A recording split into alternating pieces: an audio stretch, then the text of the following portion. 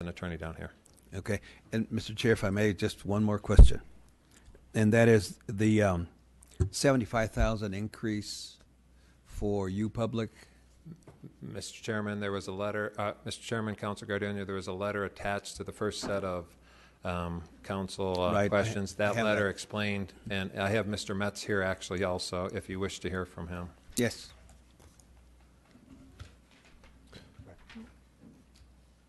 Councilor, you want to hear from Mr. Metz? Please. Welcome. Mr. Metz, thank you for being here. The 75,000 increase is, I mean, I read what you said here, but at one point I thought that the amount that was being allocated was enough, and in fact, we were told that that would be enough, and that was one of the winning points of uPublic getting the contract rather than the longtime contractor, which was quote unquote. So now you find yourself in need of asking for a little more, 75,000 more. Councilor Gardenia, actually, when we replied to the RFP and we gave a price, by the time that the contract was awarded, it was after the city's budget had been approved, and so we actually didn't get the amount that we had initially asked for. So we've been operating below that amount, and this increase actually brings us up to the amount that we originally asked for. And according to the letter that I have here, it's to augment or at least to bring in more production. It is. I mean, what we do is we do a lot of production. The previous contractor was more aggregating content from the community. We do a lot of production in-house, and our original response asked for more money because we knew we were going to be doing that production. And we do that, and that's why we've been operating at a loss. And now you're operating on 26, on 27, but not 26, We're or both? operating on both 26 and 27. And full schedule? Yes, sir. And what happened to 99? You know? Channel 96. 96. Yeah, Channel 96. We work with a educational content provider that provides content for that station. There was a time when that contract had expired, but we're still operating that. And that's a contract without an operations budget, but we still do operate the station. So that's not dark? No, it's not. Okay. Thank you, Mr. Chair. Councilor Winter. Thank you, Mr. Chairman. I want to speak to the administration on that. Can you please explain the contract? So what he's saying is that he did a contract, we didn't have the money in the budget, so he took less money, and now you're giving him $75,000 more. Mr. Turek, I don't understand that. Mr. Chairman, Mr. Chairman, Councilor Winter, it's my understanding that the contract that went through the first time was for $275,000. This is because the money wasn't enough. So he got the contract that was bid for last year. No, I think it was a couple years ago or 3 years ago. But the cost has increased. That's what I understand it to be. But what his bid was when we took the contract bid, what he bid for is the money he was given, correct? And so now he's looking for an increase of $75,000 because of cost. Mr. Chairman, Councilor Winter, that's my understanding. If I'm wrong, I'd ask Mr. Metz to. Well, I want to hear from administration on this.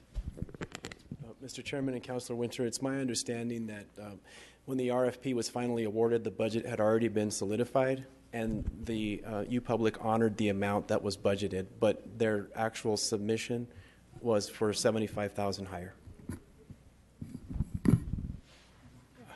Well, as far as my understanding goes, I guess I don't understand. I mean, I'm getting this, what my understanding is. I guess I just want to know what the contract said, if they took the job for the contract that they got, and now they're asking for $75,000 more because it wasn't enough, or because costs have gone up. And I don't want to belabor it. I mean, you guys, if you just clarify it the next time we meet, but it just doesn't sound right to me. Mr. Chairman, Councilor Winter, the person that oversees in the city attorney's office, Jenica Jacoby, she's an assistant city attorney, she'll answer that. Thank you. Thank you, Chairman, Councilor Winter. When the RFP process occurred, uPublic bid approximately $385,000 for this contract. They were penalized as part of the evaluation because that was significantly over some of the other bids. Nonetheless, they were still the highest overall score. But when we went to negotiate the contract after the RFP recommendation of award was made, there simply wasn't the money to pay the $385,000 because it's not in legal's budget. You see how tight our contract budget is. And so we negotiated a contract that would be for only $270,000. That had certain metrics associated with it for broadcast time, for original content, et cetera. And in recognition of the fact that we were not able to award a contract for the full amount that they bid for, we had a provision that allowed them to request increases and to justify that to you. And so that's where the request came from this time around. There wasn't a commitment made to them, for that additional money. You just allowed in the contract for them to come back at a later date, like right now, and request more. Exactly, Chairman. Okay. I think it's important that that's clarified, because certainly we're tasked with making sure that the procurement of these kinds of things are done right and correct, and so that's important. I think that's important information. Council President Sanchez. Thank you, Mr. Chairman. I am kind of concerned about your statement saying that they were penalized. They were not penalized. They signed that contract. There wasn't a penalty.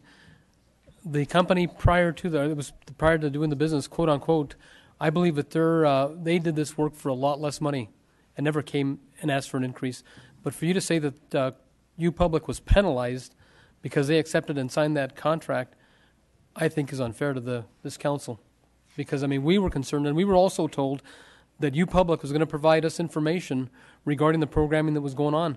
I've not received any information at all from uPublic on the programming that is going on stations 26 and 27. Chairman, Councilor Sanchez, I hope I remember everything to address there. What I meant by penalize is that they bid $385,000 and they received a score based on that amount. But then when we negotiated, it was for $270,000. If they had bid $270,000, they would have actually received more points in the evaluation. And $270,000 was the contract that was the amount for the previous provider, and that's what has continued to date. That's been the exact same amount.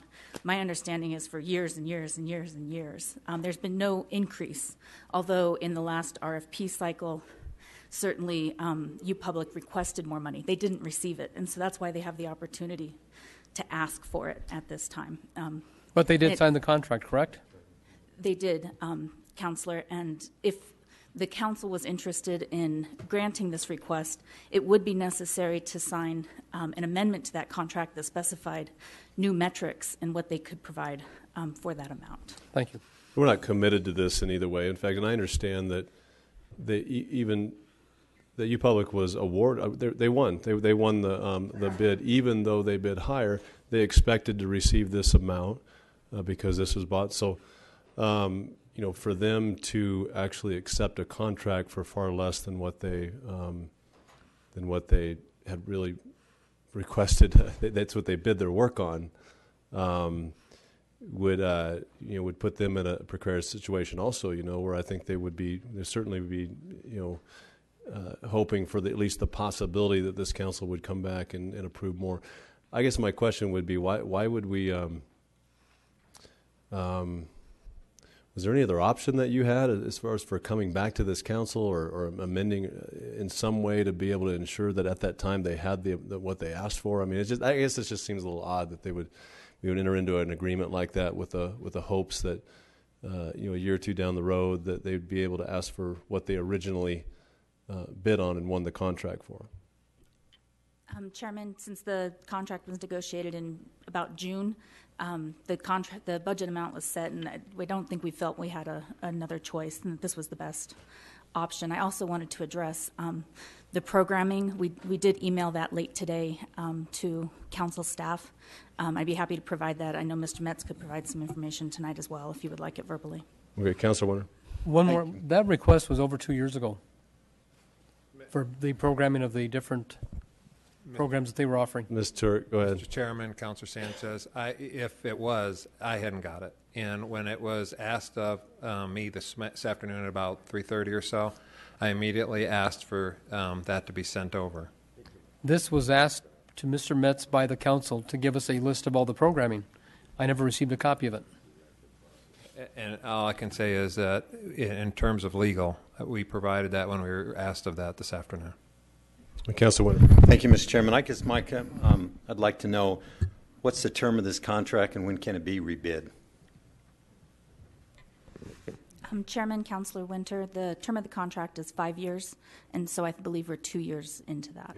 And I guess the issue is when we did this, there was a lot of controversy regarding this bid and this contract. And I mean, at this point, I don't know how good the programming is. I know we had a lot of issues, and we talked about a lot of the issues, but I don't know how good the programming is. Are they following their contract? Are they doing what they were told to do? And I guess that's what I need to know. Thank you, Chairman, Councilor Winter. uPublic does regularly report to myself, to IPEG. We'd be happy to provide any information upon request. And I apologize if any of that was overlooked. And we certainly wanted Mr. Metz to be available to answer those exact questions for you as well. Councilor Gardino. Thank you, Mr. Chair. And I don't know to whom this would go to, but some numbers have been thrown around, like there was a number that was asked for. They were, I guess the committee that looked at the bids looked at it and awarded it on that amount, but then later on found out you couldn't award that amount because the budget had been fixed, if you will. So 270 was the number that was agreed to because that had been the traditional number that had been allowed to quote unquote for, I believe it was something like the previous 5 or 7 years, and before that it was a lot less than that. No one ever bid on it. They bid on it that next year, which was 2 years ago, and they lost the bid based on nothing other than the hopes that uPublic would be able to do better work for $385,000. $270 was awarded. They agreed to it and to keep the same level of production, but that's $115,000 more than the $270. So why are we giving them only $75,000 if we're using any kind of logic? Chairman, Councilor Garduno, 75 was what was requested, and I don't know that we can afford to make up all of it, but that was the number that was thrown out. Right. Well, and I contend, Mr. Chair, that then we're just, seems like we're throwing numbers around without really satisfying the issue of, is this company going to be able to live up to their contract without having to come back and wanting to augment it year after year during those 5 years? And that's not the way I understand contracts to work. And Chairman, Councilor Garduno, we're not suggesting that we would increase a contract amount without more promises coming back to the city, because in contracts we do want consideration to come back. I would suggest that because the contract amount was lower than what they bid, we ended up getting lower metrics than we could have otherwise negotiated in the original contract, and we can ask for more if we're willing to put more money into this project. Do they have the ability to ask for more than $75,000 over the course of the contract, to come back and ask for more than what they're asking for now? Chairman Lewis, the contract allows them to ask in any budget cycle, so annually. Okay, so they can come back next year and say $200,000 is really what we're going to need to be able to operate this next year. Chairman, yes, once a year they can ask for money, and it's in the city's discretion. And I guess I'd ask Mr. Metz, is that your intention over the next 4 years to ask for another $75,000 each year, or $10,000, or $100,000? Or Mr. Chairman, no. And in fact, in the RFP, what we did is we gave a proposal that said, you know, let's not limit the scope of what the stations can do based off of the budget that we have. We actually have an operation budget that's $45,000 a month. And so we've been subsidizing the difference between what the city pays and what it takes to operate the stations up till now. And so we're really only asking for the amount that we originally proposed. And the original proposal was this concept that we would find community support for the stations, and as it grew, you know, we would grow that support. So we're not anticipating asking for more money. We're just trying to get where we had kind of originally budgeted. Okay, Councilor Sanchez, then we're going to go on to municipal development. I have one quick question. Do you have any other subsidies that are coming in that you derive from advertising or beside what we're giving here at the city? We have subsidies that come in from production. So we're a production company, and so we have production-related work, and that's what subsidizes the station. We also do things that are related to production that subsidize, in that we operate a prop house and things like that subsidize the overall thing. And then we do have sponsors. We don't have any advertisers, but we do have nonprofits or businesses that will sponsor, a given show based on the content being kind of in agreement with what they're passionate about. So is the station profitable? No. We're like I said, if you look at the reports that we've been issuing, we've been subsidizing between $10,000 and $15,000 a month. The original plan was for us to find sponsors to do that, and when we originally took over, and the budget that we asked for wasn't there, we kind of had to step in and subsidize that on our own. The reason that we signed the contract is because there was so much that went into this RFP, and the fact that we won, and the promises that we were making. And at that point, it would have just been really difficult for us to say, well, we're not getting paid what we want, so we're not going to do this. And so even though the money wasn't there, we said, okay, we took on the challenge, and we said, we'll do this. We were already planning on finding partners anyways, and so we just had to, do that sooner than we anticipated. And we've been doing that, and we've been consistently losing less. But, just getting to the starting level that we had asked for would be very helpful. Councilor Carduno, one more question, and then I've got one more question. Is your salary included in your loss? Yes. Okay, thank you. My salary is $2,000 a month out of this. Okay, and I work, 50 or 60 hours a week. So, this is something that we believe in and that we know that we can grow, but this is not a moneymaker for anyone who does it. Thank you, Mr. Metz. Councilor Carduno, take one more minute here, and we'll move on to the next department. No, thank you, Mr. Chair and Mr. Metz. Did I understand that it's $45,000 that it takes a month to operate? Correct.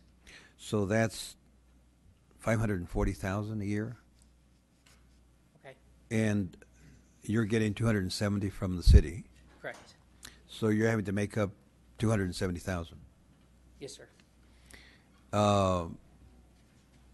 Boy, I guess you're going to make it up in volume. Like I said, we've been doing it. So we started a little bit underwater, but we're getting there. So, okay. And I don't think it's unreasonable to expect the communities to support things like this to the tune of $10,000 or $15,000 a month. I think there's plenty of support out there for the types of projects that we do, and we've been able to prove that. And Mr. Chair, this is also a somewhat tangential, but not really. The whole reason for public access was for the public to have access, yes, and not to be beholden to any company or any entity that then controls content, controls who goes on and who does not. Yeah. And we've gone totally away from that. How are we going to answer that to FCC? We've actually done that in spades. We view a partner for the stations are not just people who are a producer who create a show and air that, but we, on the whole other end of the spectrum, we work with people who don't want to make a show, but just want to use the station to do their community or their economic or their social development projects. We had over 650 guests the last 3 quarters of last year who came on the station who weren't producers. We've created shows, like we have a morning show that allows people to come on and get their 10 or 15 minutes and leverage the station for their event or their educational project or whatever, without having necessarily to make a show at the other at the other end of the spectrum. So I think actually we've done a great job in pulling the community into using this platform, for community purposes. Thank you, Mr. Chair. Councilor Pena. I'm sorry, this question is, I'm not sure for who, the administration. It's regarding... Mr. Metz, thank you. Thanks for the time.